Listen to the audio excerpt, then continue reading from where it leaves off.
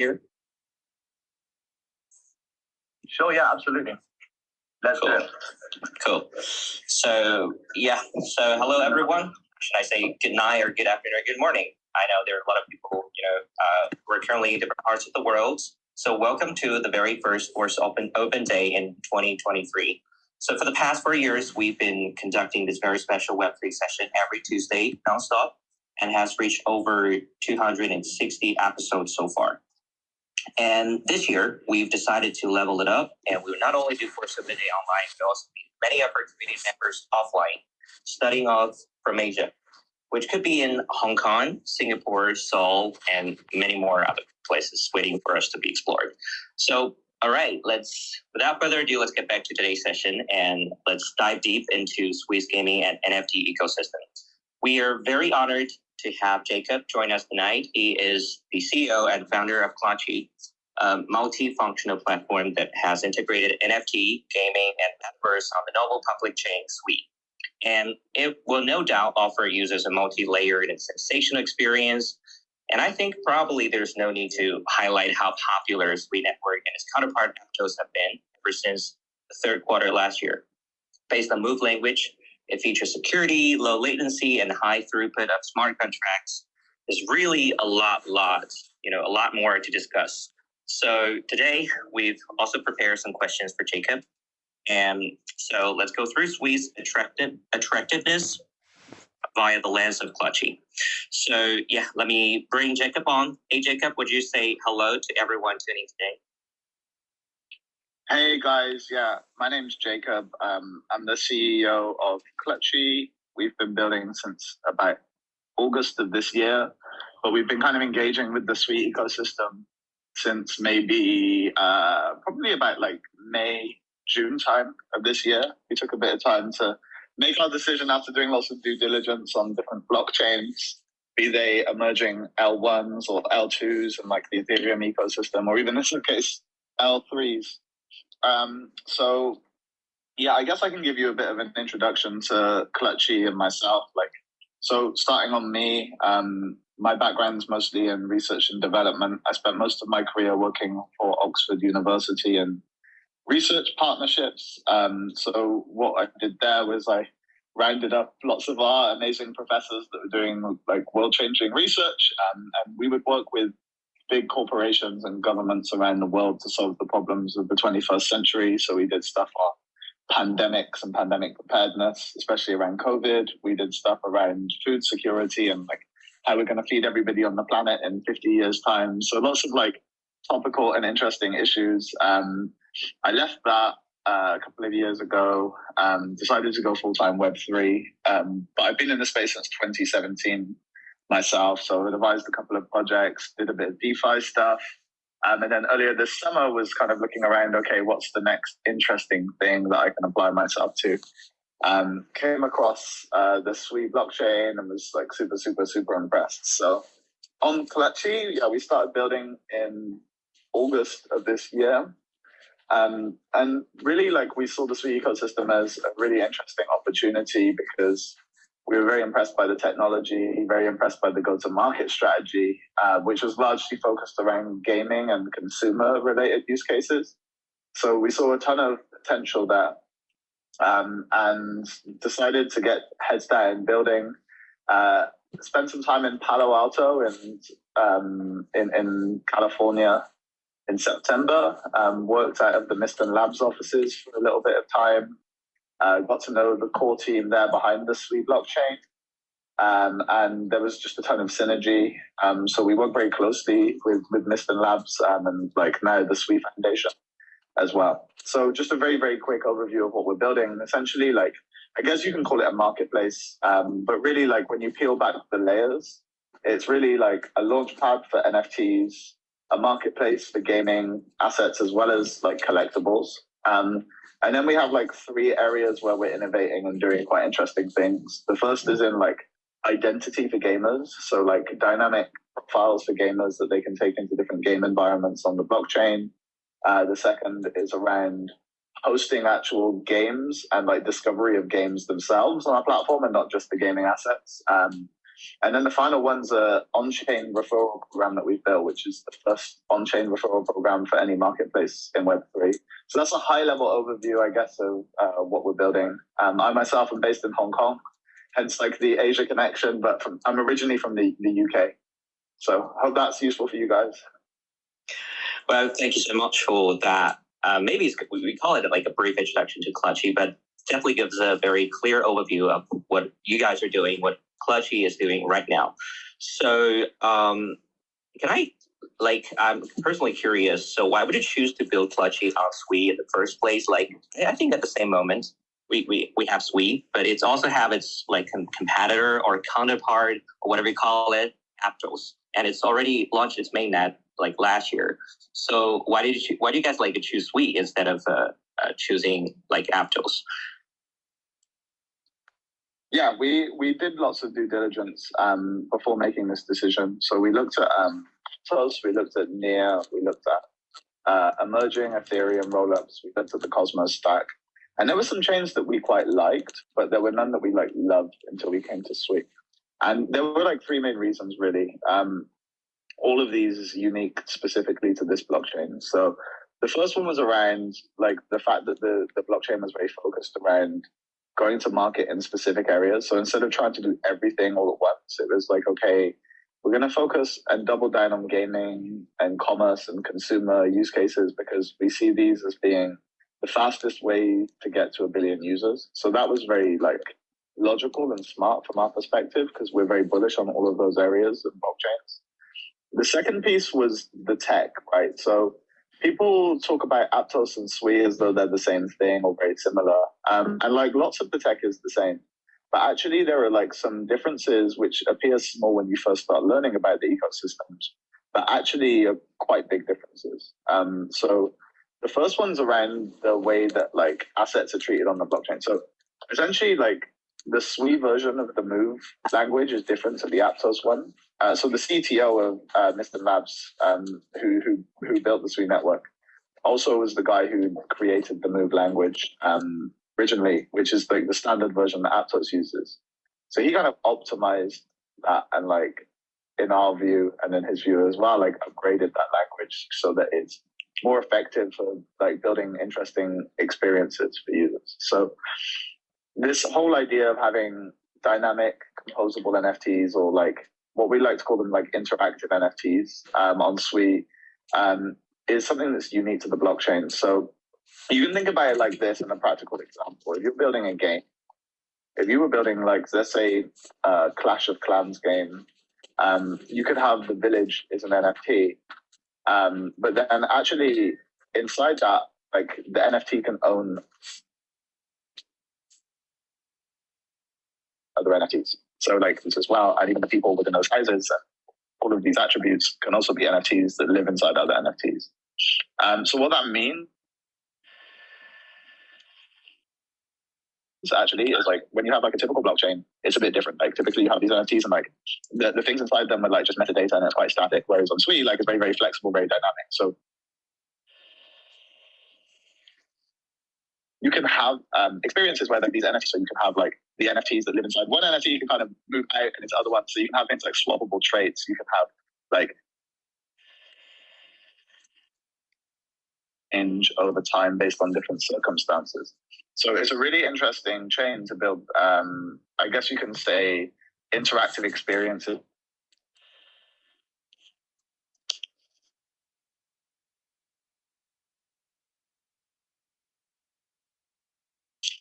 For gamers and then also collectors. So that's like one big time scalability. Like there's things around the way the consensus works on the blockchain, like certain types of transactions don't have to go through full consensus. So if you were like a game and you wanted to airdrop 100,000 assets to everybody who has ever played your game before,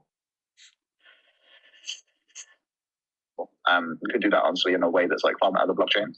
And then also like finally there were plans to build like on-chain data storage. So when you have like NFTs in your wallet or you have NFTs in the marketplace, instead of having all of them stored like off the blockchain in a way that takes it quite a long time to like retrieve the images, so it takes a long time to have images load, like that can happen like much faster. That imagery is stored like on the blockchain itself. So we were really interested in like this tech, and we thought, okay, there's lots of innovation here, and innovation at the blockchain level usually leads to innovation on the app layer above it. So like we thought that was really cool. And then like finally we just thought the team was super, super high quality. So like, I guess that's like a very long explanation, but I think it's important to go into some of those details because for me, like with lots of these other blockchains, like I either didn't really see any meaningful innovation at the L1 level, or I didn't see focused business plans. So like if I look at Aptos as an example, I actually think like Aptos is like a fairly interesting chain. It's got some pretty good tech. But like I didn't really see any like tech innovation necessarily there, in the same way that would translate to cool user experiences, whereas we did on Sui.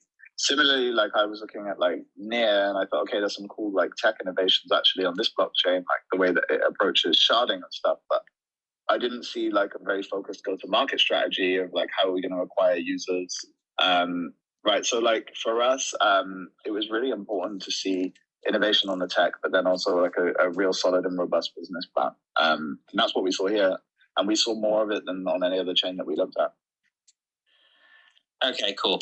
So I think part of the reason for that, maybe you've met like the founder of Sweet Network, and you kind of like you met the team in person, so you know that the teams is really great. They have very good backup, and they have some like cutting edge technology stuff.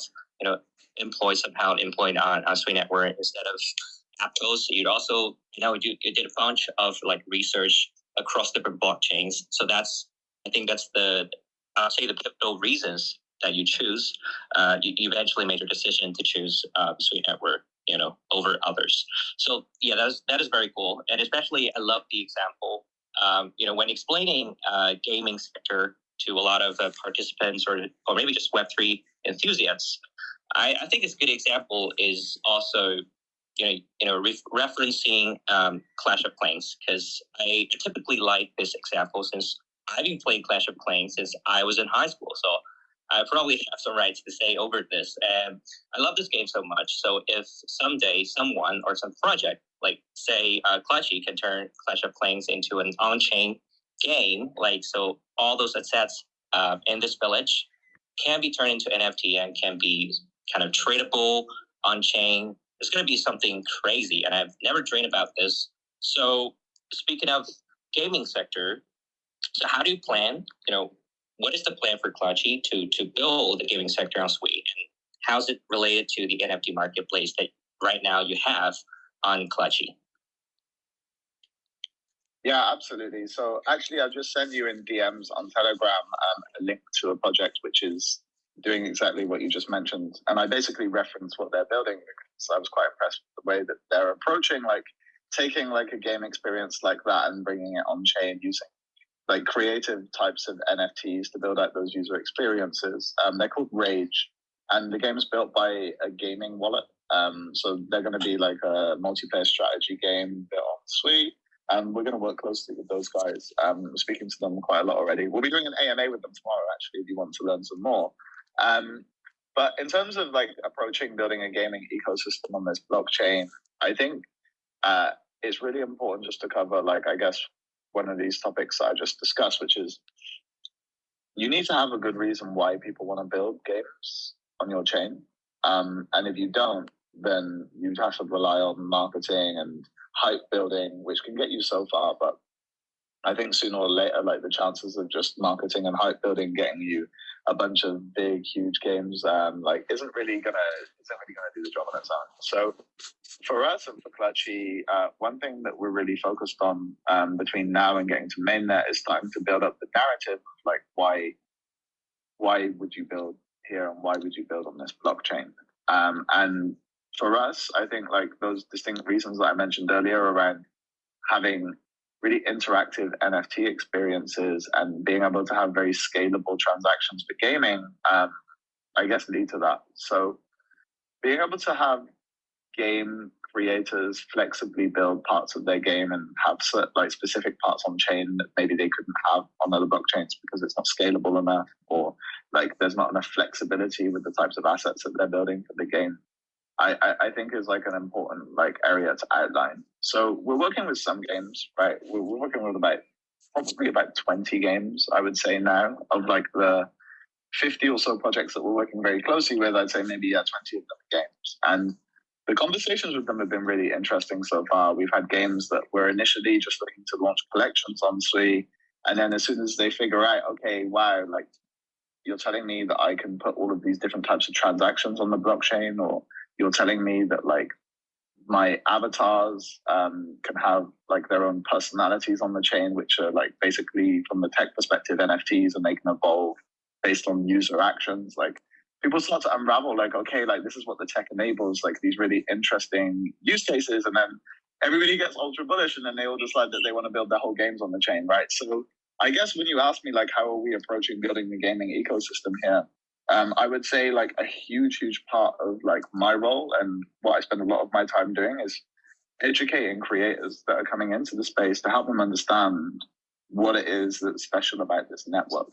Because it's not easy in these early stages, like a few months out from mainnet, to really actually fully understand what you could do here. You need people to help you get to grips with the tech and help you to understand like what's doable. So explaining how these dynamic and composable NFT experiences can work is one piece.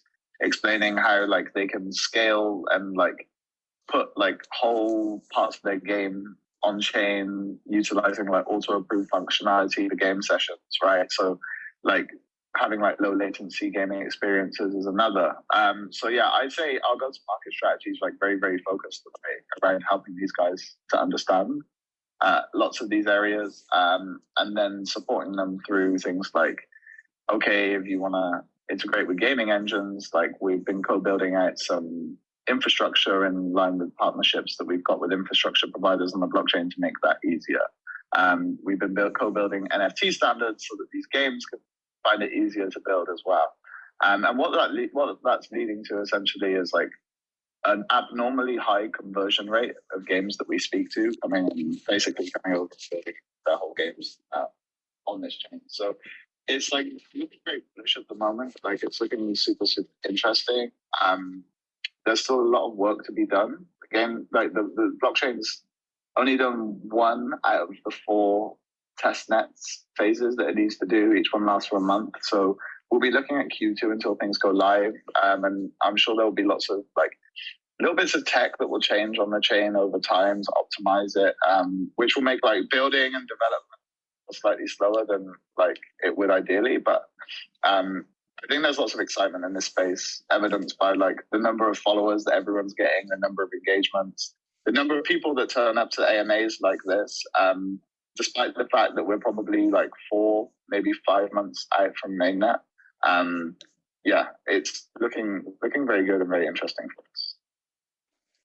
Okay, cool. So yeah, I actually feel you. I have the same feeling because, just like a year ago, I also have this kind of similar experience of building an NFT marketplace in different blockchains. I think the most time that I spend is trying to kind of teach or educating those new users or new participants, or even just a project builders. Because whenever you're excited about you're releasing a new kind of a technique, or maybe you define a way of technology, how this form, you think it's kind of novel and you want to release it to the market. And the biggest price you pay is to trying to persuade them into using it and trying to convince them it is kind of useful. And also you have to teach them how to use it. Why does it work? So yeah, I kind of feel you. So I think educating is really time consuming, but it's really important. It's a really important approach to get everyone engaged, to get community engaged, and that's how things going. So, because Clutchy is a marketplace, as previously I know, and something I learned from what you just said. It's still started from a marketplace perspective. You are speaking of gaming sector, you're also starting from a marketplace. You are currently engaging and negotiation, communicating, discussion with a lot of I've heard several or dozens of games. Right now you're in discussion, and probably you're gonna soon release their collaboration with different games on Sui. So do you have any plan that you might be maybe one day you'll release your own game, like Clutchy game, your own game on Sui as well, instead of helping others to release their own games on Clutchy? Do you have plan to release your own game? It's funny you say that. So like, I would not say that this is our own game, but it is a game that we've been involved with the development in. It's a first-person shooter game. It will be going live on Clutchy and on Clutchy exclusively, probably either next week or the week after would be my loose estimation. So that will probably be the first first-person shooter game, first multiplayer game that will go live on the Sui network, from my knowledge. Although I might be wrong. And the purpose of that game actually is just to show like an example to different projects and the community. Like, okay, this is something that can be built here. This is utilizing like NFT standards that we've built out. This is utilizing like lots of tech infrastructure that's been built out to make it easier for game developers. And it's also built to be a bit of fun for the community. So the things that we'll be doing with that is like we'll be hosting tournaments and competitions where our community can play alongside other partner communities for prizes. There'll be like leaderboards. And like that game, yeah, it's something that we've been, I guess you could say, like to some extent, co-developing. We've really just been providing strategic input there rather than building the game ourselves. And because we don't see ourselves as game developers, even though we have some former game developers on the team, like we're very, very focused on being the best launchpad, the best marketplace that we could be. And we really want to be like the reference point for gaming for the whole blockchain. So like that goes from hosting the assets to hosting the games themselves, as well as like for us, gaming is very interesting. It's very interesting to also be involved in the process of developing these games. But we ourselves, that makes sense. Okay, cool. So the next thing that I'm personally curious is that, are there any big progress you've achieved so far? Like you haven't covered, I know you're building an NFT marketplace, you're helping a lot of game projects and you're also kind of aiming for the metaverse. So do you have any like future plans you can share with us right now that you didn't cover previously in your story that you just said to us?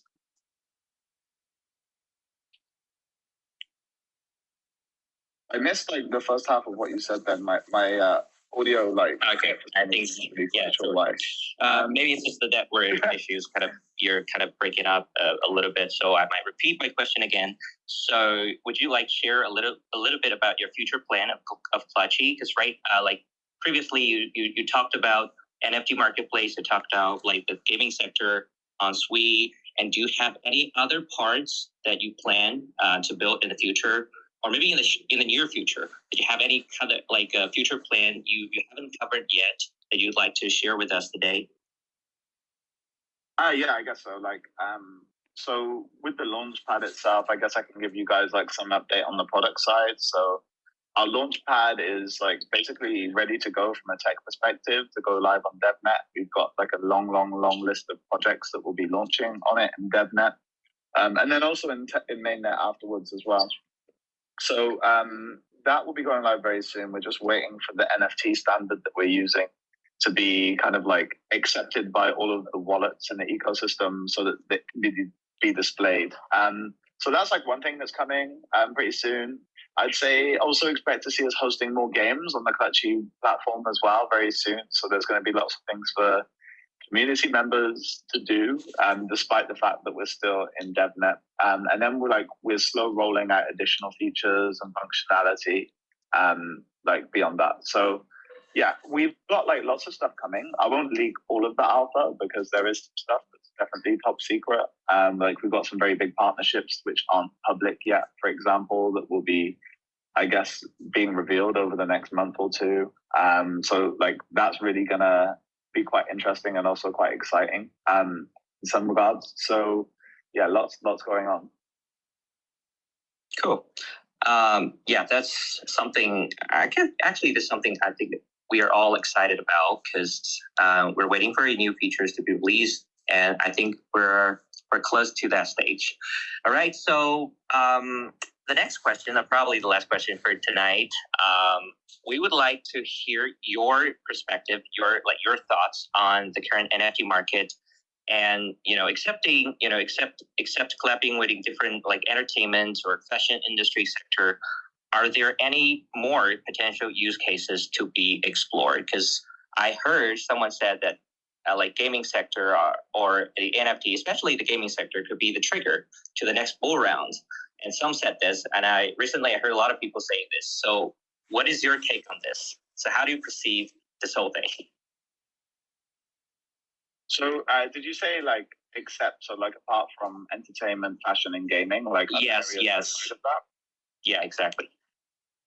Yeah, sure. I think like there's a ton of stuff, right? So like one area is going to be commerce. So I think that's going to be very interesting, looking at like not just like fashion, but like just general retail, right? And looking at like NFTs. NFTs are a very flexible piece of technology, right? Like we all think of them as being things that store JPEGs, or we think of them as like JPEGs themselves. But actually, like when you think about the fundamental tech, like it can enable like tons and tons of use cases, right? Like your entire identity can be held in NFTs. Like your property and things that you own in the real world can be held in NFTs. And like there's a million other use cases as well, right? Like vouchers, discount codes, ticketing, like all of these different areas. There's so much that can be done. So like if you were to ask me, like I guess where do I see other areas that NFTs are going to take off in the future? I would say like as the tech continues to develop and people like continue to understand and build their understanding of like what these things can do, we're going to see them like in like tons of walks of life. It's like as far as blockchains will take us, NFTs will be there, is my opinion. And I'd be pretty confident in like doubling down on that opinion and saying that it's going to happen as well. Like my perspective is in like 10, 15 years time, like we're going to see NFTs everywhere representing lots of different things. So yeah, I think like very bullish on the future of NFTs, but I think one thing that I would say is that like the way in which we treat them, the way in which we get exposed to them, I think is going to change quite drastically as well. Like for instance, at this stage, like you typically get exposure to NFTs. Like your touch points are usually like a marketplace where you'll buy and sell them, or like your wallet where you see them. And then like maybe one or two other places. But I think in the future, like the wallets actually will be a bit different to how they currently work. Like I think lots of different types of applications will just have wallets built in, and you won't even feel like you're actively using wallets. And there'll be like cross composability between them. I think that also means that like the role of marketplaces is going to change. I think like in the medium to long term, there's going to be more and more and more of like marketplaces being integrated behind the scenes into apps, just like I think wallets will, that will be multi-purpose and geared for specific areas. Like one example would be like if you look at the sport industry and you look at like fan engagement, right? Like you could have like sports fan apps where you have like your sports club that you like, and then you could have like Web3 functionality built into like the club's app, and then like within there you'll have a club store. Technically speaking, you have a wallet behind the scenes. You have digital assets that you can buy, which is basically an NFT marketplace. And then there'll be infrastructure providers, maybe like us in the future, who like offer up our marketplace services like as integrations. So like any application can have its own marketplace built in. So I see like the user experiences of these types of things changing gradually over time. I think there always will be a need for marketplaces where you go and you buy the collectibles you want to buy, or you buy the gaming assets that you want to buy. But I expect to see lots more done on the infrastructure side of the marketplaces. So they'll be hidden into apps and hidden in games, hidden in consumer-related applications, and like even like educational apps and like your like kind of like personal passports and those sorts of things. So yeah, I see the way that we use these NFTs and we use digital assets changing quite significantly in the future. But lots and lots and lots of use cases. Cool. Yeah, I totally agree. I guess the only thing we need is the imagination for future. It's definitely going to be a lot more use cases in the future that we probably haven't known yet. Yeah. So yeah, I totally agree. That was more like a generous question from a largest fact. So I'd like to like wrap up today's space, Twitter space, in a very maybe a narrow kind of a narrow aspect. So I have one more question, and that is more about like the NFT marketplace. Because right now we already have a lot of like mature or newly emerging public chains. We have lots of NFTs projects and have NFT marketplaces over everywhere. So as a platform, how would you like distinguish or choose different projects? Since you have a launch pad, would you set some certain criteria to kind of select or filter some kind of NFT projects? Because let's take some projects on Aptos, for example.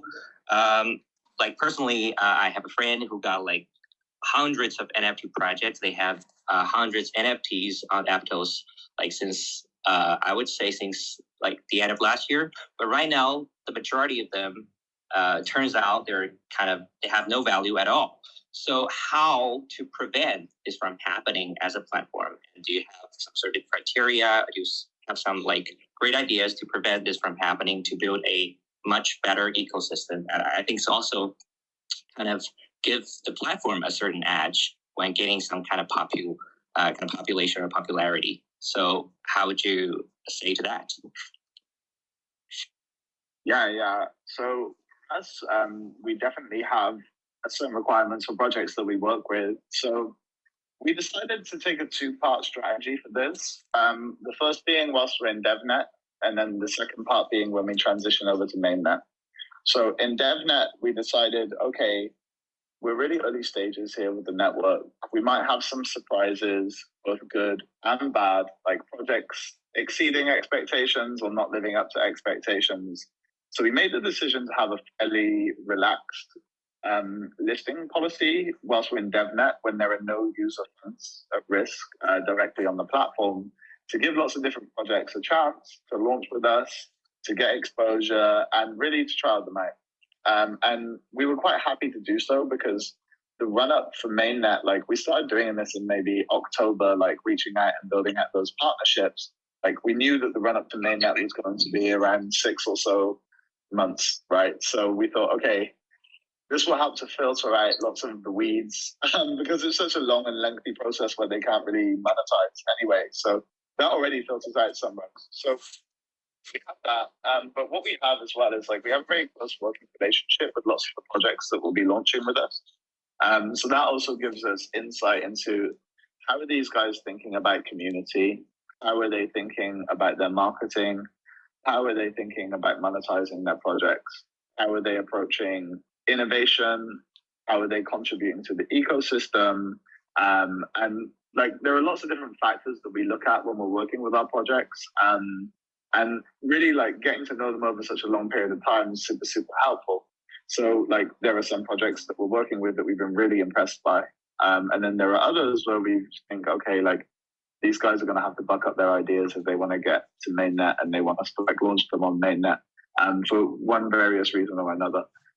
So when we get to mainnet, we get much more restrictive over like how the projects will be able to launch on our launch pad. Like we'll have restrictions and regulations around like things like doxing or KYC. We'll have restrictions around like the funds that are generated from the mint releasing and unlocking over a set period of time to help to protect the community. And then also like we will like basically kind of score the projects based on, okay, how much value are they adding to the ecosystem? How trustworthy have they been so far? How hardworking are they? How are they approaching their marketing? How are they approaching their community building? Because yeah, we really want to protect the community. We don't want to be in a position where people are losing funds because we're launching projects. And I would say that like there are some things that we've seen like other projects do in like different as well as this ecosystem that like we're not so sure about, right? So like for example, we do not take any advisory positions, and we have a blank advisory positions on games or NFT projects that will be launching in the ecosystem. That's a hard rule because we don't think that's the type. But we also don't like actively shill projects that are launching our launchpad. If we see them doing really good things, then we'll give acknowledgement. and saying like, okay, here's a list of the top projects like launching in the ecosystem. And because like if just one of those projects ends up to be a rug, then like that's us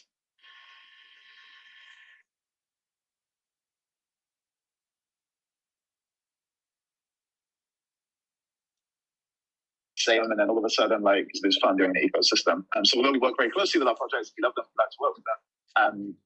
We like kind of draw a line at certain areas. Okay, cool. So yeah, I think that's a good answer. It's very clear. I think it's also a good answer to the community because people, for the Clutchy user or maybe future Clutchy user, they need to know how you are working with different projects, how you're selecting different NFT projects. That's kind of assuring to hear from this. So maybe after the mainnet launch, we'll see more details about how you are filtering different projects and working with them closely. So thank you so much. Thank you for those generous answers. And thank you so much for joining us tonight. It's been quite an insightful discussion. Personally, a delight to talk with you. So I hope everyone who joined us tonight can have a better understanding of Clutchy Sweet Network. I know it's been extremely hard for the past year, 2022. We've seen the sharp downturn of the crypto market and way too many unexpected accidents happening one after another. But it's 2023 now, as we see the market is sending us good news and gradually warming up a bit. So things could be different this year. And we really anticipate some big progress made by Clutchy and the whole gaming and NFT sector. So thanks again, Jacob, for joining us tonight. And thanks for everyone who tuning in. And don't forget to follow us on Twitter, follow Clutchy on Twitter, and join both of our Discord servers. So there will be more for us. There will be more weekly Web3 articles and special events coming up this year. And for Clutchy, I think there's going to be a lot more good news to be announced in the coming months. And as I previously said, we were going to do Force of an A offline. And since I think Jacobs is currently in Hong Kong, so probably this year we'll have a chance to meet each other in person offline. I think it's going to be a good opportunity. We can hold events together, and I'm certainly looking forward to it. Yeah, great. Thanks for having me. It's been really nice. And if anybody in the community wants to reach out and learn more about Clutchy or learn more about Sui, then feel free to slide into my DMs. Yeah, thank you so much. Thank you, everyone, for tuning in tonight, and we'll see you guys soon. So bye for now. Bye-bye, and have a good night.